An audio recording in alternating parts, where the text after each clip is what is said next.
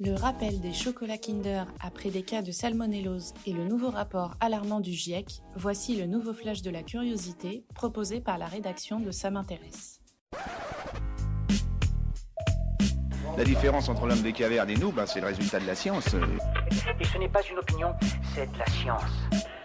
Notre monde n'est pas si moche.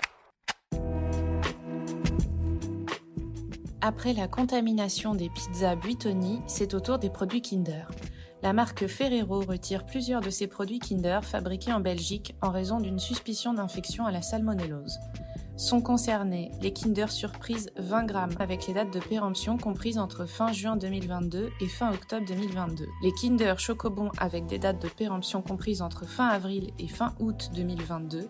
Les Kinder Mini Eggs avec des dates de péremption comprises entre fin avril et fin août. Et les Kinder Happy Moment Kinder Mix avec des dates de péremption à fin août 2022. La Direction générale de la santé précise que ces rappels font suite à une épidémie de salmonellose dans plusieurs pays européens.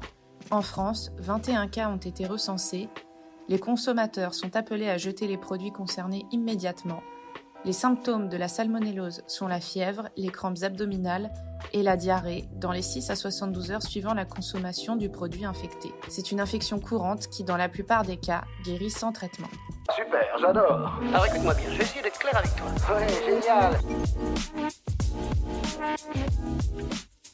Dans le troisième volet du rapport du GIEC, publié lundi 4 avril, les scientifiques affirment qu'il reste seulement 3 ans à l'humanité pour inverser la courbe des émissions de gaz à effet de serre.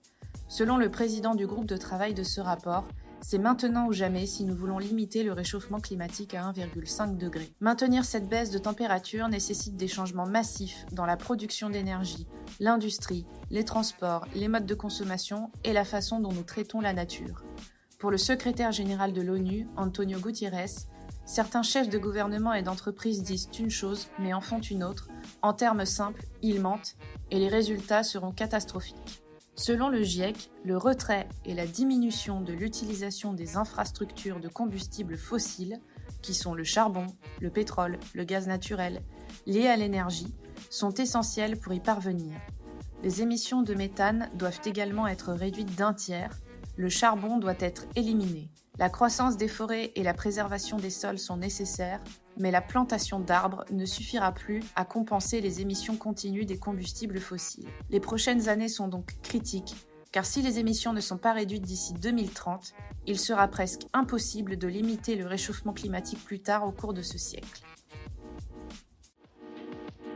Voilà, c'est tout pour aujourd'hui. On se retrouve bientôt pour un nouveau flash. En attendant, vous pouvez retrouver tous nos épisodes sur les plateformes de podcast Spotify, Deezer et Apple Podcasts. Voilà. Il ne reste plus qu'à vous remercier de votre attention. Au revoir.